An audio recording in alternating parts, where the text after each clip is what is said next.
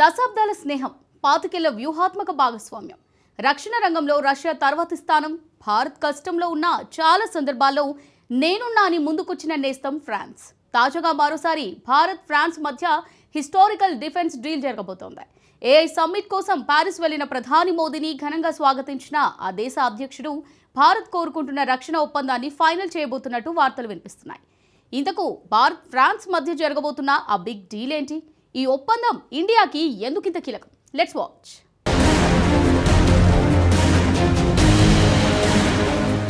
Modi France to target powerful ఫైటర్ల డీలేనా?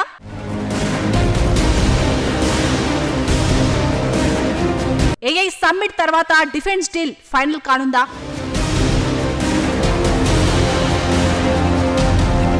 Marine ఫైటర్లు Indian నేవీకి ఎందుకంత కీలకం?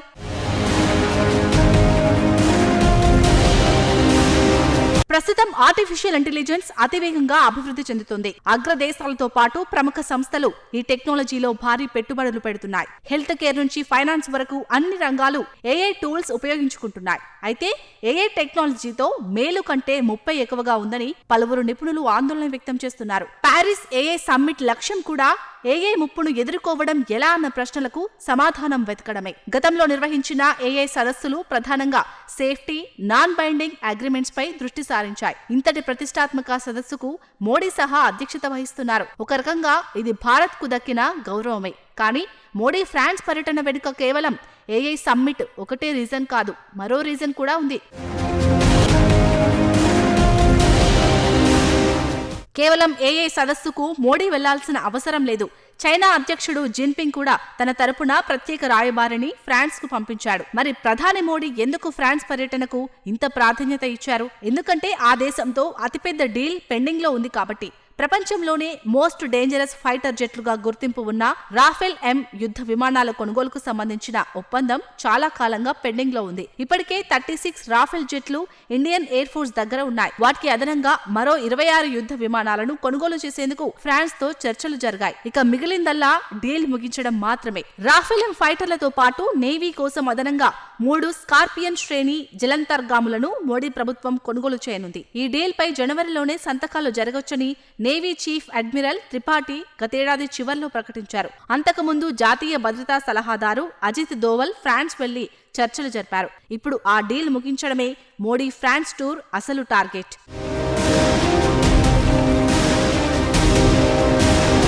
విమాన వాహన నౌక ఐఎన్ఎస్ విక్రాంత్ సహా వివిధ స్థావరాల్లో రాఫెల్ ఎం యుద్ధ విమానాలను మోహరించాలని ఇండియన్ నేవీ భావిస్తోంది. ఈ ఫైటర్ల రాకతో భారత తీర ప్రాంత రక్షణ, శత్రువుపై దాడి చేసే సామర్థ్యాలు మరింత పెరగనున్నాయి. 2024 సెప్టెంబర్లోనే రాఫెల్ ఎం యుద్ధ విమానాలకు సంబంధించిన ధరలను భారత్ కు ఫ్రాన్స్ ఇచ్చింది. 22 single seater Rafale marine air క్రాఫ్ట్లు, మరో 4 ట్రైనర్ ఎయిర్ క్రాఫ్ట్లను ఫ్రాన్స్ నుంచి కొనుగోలు చేయాలని భారత్ భావిస్తోంది. వీటితో పాటు పెద్ద సంఖ్యలో దీర్ఘశ్రేణి ఎయిర్ టు ఎయిర్ మిసైల్స్ ను, యాంటీ షిప్ ఆయుధాలను ఈ ప్రాజెక్టులో భాగంగా భారత్ సమకూర్చుకోనుంది. కానీ రఫేల్ మెరైన్ ఫైటర్లపై భారత్ ఎందుకింతగా ఫోకస్ చేస్తుంది? ఈ ఫైటర్లు సముద్ర యుద్ధాల్లో ఎలాంటి పాత్ర పోషిస్తాయి? ఫ్రాన్స్ కు చెందిన డసో ఏవియేషన్ సంస్థ శత్రు భీకర రాఫెల్ ఫైటర్ జెట్లను తయారు చేస్తుంది. ఈ సంస్థ రాఫెల్లో మెరైన్ వెర్షన్ ను అభివృద్ధి చేసింది. వీటిని రాఫెల్ మెరైన్ లేదా రాఫెల్ ఎం అని పిలుస్తారు. వీటిని సముద్ర యుద్ధాలకు అత్యంత అనువుగా రూపొందించారు. రాఫెల్ ఎం సింగిల్ సీటర్ ఫైటర్ జెట్. ఈ విమానాలతో గగనతల రక్షణ, అణుదాడులను ఎదుర్కొనడం, శత్రు దేశాల గగనతలాల్లోకి చొచ్చుకెళ్లి దాడులు చేసి సురక్షితంగా తిరిగి రావడం, సమర్థంగా నిఘా వేయడం వంటి ప్రయోజనాలు ఉన్నాయి. రాఫెల్ ఎం గంటకు 1389 కిలోమీటర్ల వేగంతో దూసుకెళ్లగలదు. గగనతలంలో గరిష్టంగా 50,000 అడుగుల ఎత్తు వరకు ఎగరగలదు. ఇందులో long range Meteor missile, MICA క్షిపణులు, హ్యామర్, స్కాల్ప్, AM-39 ఎక్సోసెట్ ఆయుధ వ్యవస్థలతో పాటు లేజర్ గైడెడ్ బాంబులు, నిమిషానికి 2500 రౌండ్లు పేల్చగల శతఘ్నిని అమర్చారు. ఇన్ని ప్రత్యేకతలు ఉన్నాయి కాబట్టి రాఫెల్ ఎం ఫైటర్లు సముద్ర యుద్ధాల్లో గేమ్ చేంజర్లుగా నిలిచాయి. కానీ భారత్కు నిజంగా సముద్ర యుద్ధాల ముప్పు ఉందా?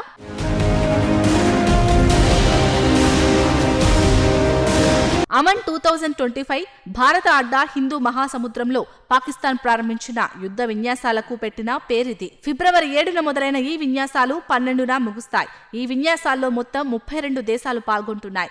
వీటిలో అమెరికా, జపాన్, ఇటలీ, మలేషియా తదితర దేశాలు ఉన్నాయి. తాజాగా ఈ యుద్ధ విన్యాసాల్లో చైనా కూడా భాగమైంది. హిందూ మహాసముద్రంలో చైనా బలోపేతమవుతున్న వేళ ఈ పరిణామాలు మన దేశానికి మరింత ఆందోళనకరంగా మారాయి. హిందూ మహాసముద్రంలో యాంటీ పైరసీ ఆపరేషన్లు నిర్వహించడం, సముద్ర మార్గాల సంరక్షణ కోసం చైనా వీటిలో పాల్గొన్నట్లు బీజింగ్ చెప్పింది. పీపుల్స్ లిబరేషన్ ఆర్మీ నేవీకి చెందిన guided missile destroyer, helicopter, marine దళాలు ఈ విన్యాసాల్లో పాల్గొన్నాయి. వీరితో పాటు చైనాకు చెందిన సీనియర్ మిలిటరీ అధికారులు హాజరయ్యారు. ఇక్కడే భారత్ రక్షణ వర్గాల్లో ఆందోళనలు మొదలయ్యాయి. ఇటీవలే పరిశోధనల పేరిట చైనాకు చెందిన 2 భారీ నౌకలు అరేబియా సముద్రంలోకి ప్రవేశించాయి. వీటిని లాన్హై 101, 201 గా గుర్తించారు. ఈ విషయాన్ని ఓపెన్ ఇంటెలిజెన్స్ నిపుణుడు డామియన్ సైమన్ తన ఎక్స్ ఖాతాలో పోస్ట్ చేశారు. మారిటైమ్ ఇంటెలిజెన్స్ సేకరణ కోసమే బీజింగ్ వీటిని పంపినట్లు నిపుణులు అనుమానిస్తున్నారు. ఈ నౌకలు తమ మత్స్యకార బోట్లకు అదే సమయంలో మిలిటరీకి అవసరమైన సమాచారం సేకరిస్తున్నట్లు భావిస్తున్నారు. ఈ నౌకలకు మాల్దీవుల్లోని చైనా అనుకూల ప్రభుత్వం నుంచి అనుమతులు వచ్చినట్లు తెలుస్తోంది. లాన్హై 101లో అండర్ వాటర్ డ్రోన్లు, రిమోట్ వెస్సెల్స్ కూడా ఉన్నట్లు అనుమానిస్తున్నారు. ఇవి సముద్ర గర్భాన్ని మ్యాపింగ్ చేస్తాయని చెబుతున్నారు. ఇది భారత్కు మరింత ఆందోళనకరం. ఇవన్నీ గమనిస్తే చైనా యాక్షన్ వెనుక భారీ యుద్ధ సన్నాహాలు ఉన్నా ఆశ్చర్యపోవాల్సిన అవసరం లేదు. అదే నిజమైతే చైనాతో నడి సముద్రాల్లోనే భారత్ పోరాడాల్సి వస్తుంది. అందుకు రాఫెల్ M ఫైటర్లను మించిన యుద్ధ విమానాలు లేవు. అందుకే మోడీ ఈ ఒప్పందాన్ని ఇంత ప్రతిష్టాత్మకంగా తీసుకున్నారు. తాజా పర్యటనలో ఈ ఒప్పందం ఫైనల్ అయితే చైనా, పాకిస్తాన్, బంగ్లాదేశ్ వంటి దేశాలు భారత్ వైపు కన్నెత్తి చూసే సాహసం చేయలేవు. ఫ్రాన్స్ తోనే కాదు, ఇటు అమెరికాతోనూ భారీ డిఫెన్స్ డీల్ ఫైనల్ కాబోతోంది. ఫ్రాన్స్ పర్యటన ముగియగానే ప్రధాని మోడీ అమెరికా వెళ్తారు.